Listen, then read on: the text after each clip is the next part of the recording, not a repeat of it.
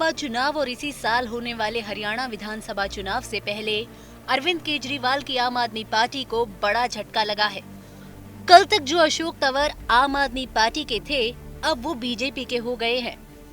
आम आदमी पार्टी से इस्तीफा देने के बाद अशोक तंवर ने शनिवार को बीजेपी का दामन थामा। इस दौरान हरियाणा के मुख्यमंत्री मनोहर लाल खट्टर और बीजेपी राष्ट्रीय महासचिव अरुण सिंह भी मौजूद रहे। कमाल की बात यह है कि अशोक तंवर अकेले बीजेपी में नहीं गए, बल्कि अपने सैकड़ों समर्थकों को भी साथ ले गए। मनोहर लाल खट्टर ने अशोक तंवर और उनके समर्थकों का तहे दिल से स्वागत किया और ये भी खुलासा किया कि वो रिश्ते में उनके भांजे लगते हैं। अंतोगत तो हमारी बातचीत भी होती रही और इनका मन वहाँ से तो उचाट हो ही चुका था। एक बार इन्होंने विचार भी किया कि ठीक है, मैं वहाँ से छोड़ के और आपके यहाँ आता हूँ।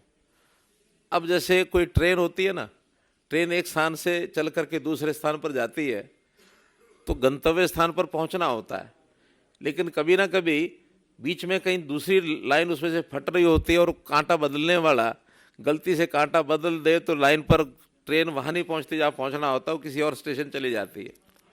तो अप्रैल 2022 में इनकी ट्रेन कांग्रेस से तो चल पड़ी थी, पहुँचनी यहाँ थी, लेकिन वो कांटा बदलने के कारण से पहुँच गई कहाँ?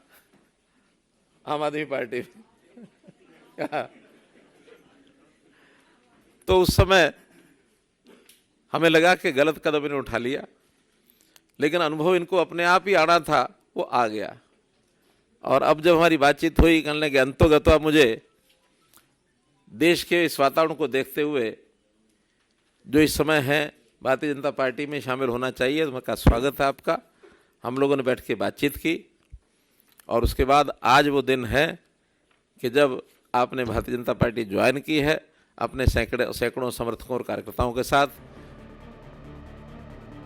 बीजेपी में शामिल होने के बाद अशोक तंवर ने कहा कि पीएम मोदी जो भी गारंटी देते हैं उसे पूरा करते हैं।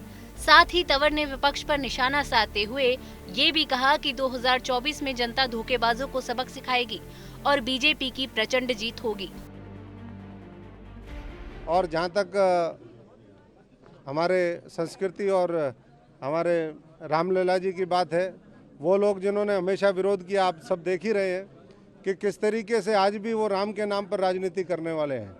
एक तरफ मोदी जी हैं जो गारंटी देते हैं और जो गारंटी देते हैं उसको पूरा करते हैं, किसी भी रूप में गारंटी हो, चाहे वो मंदिर निर्माण की गारंटी हो, चाहे देश के नौजवानों को रोजगार देने की गारंटी हो, चाहे वो एक स्वच्छ प्रशासन देने की बात हो, भ्रष्टाचार खत्म करने की बात हो।